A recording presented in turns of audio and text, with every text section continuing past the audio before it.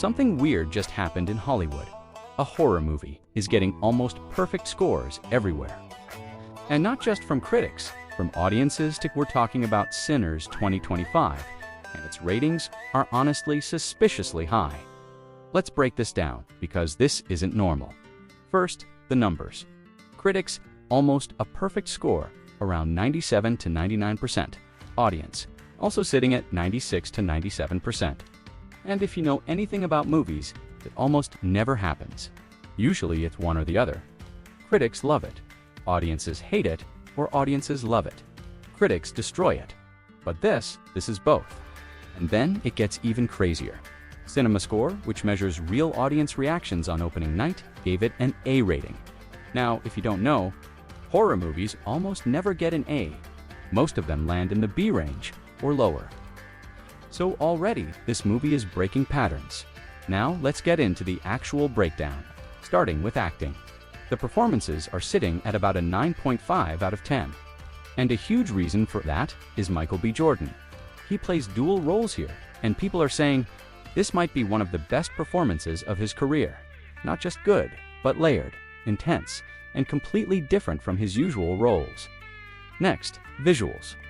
This is where the movie goes insane. We're talking about a 9.7 out of 10.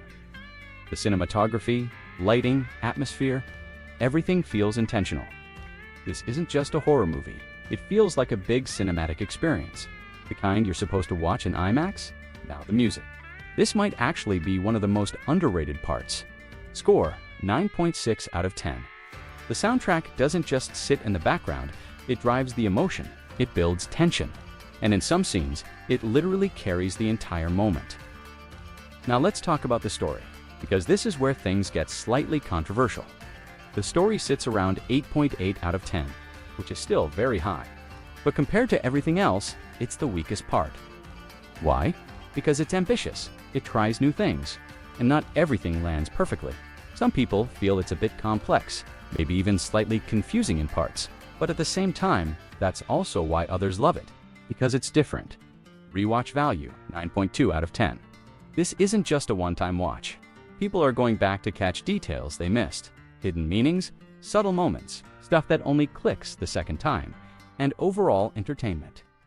9.4 out of 10, which puts this movie in elite territory, not just for horror, for movies in general. So when you combine everything, acting, visuals, music, story, audience reaction, you get a final composite score of 9.4 out of 10. That's not just good, that's borderline masterpiece level. But here's the real question. Why isn't everyone talking about this?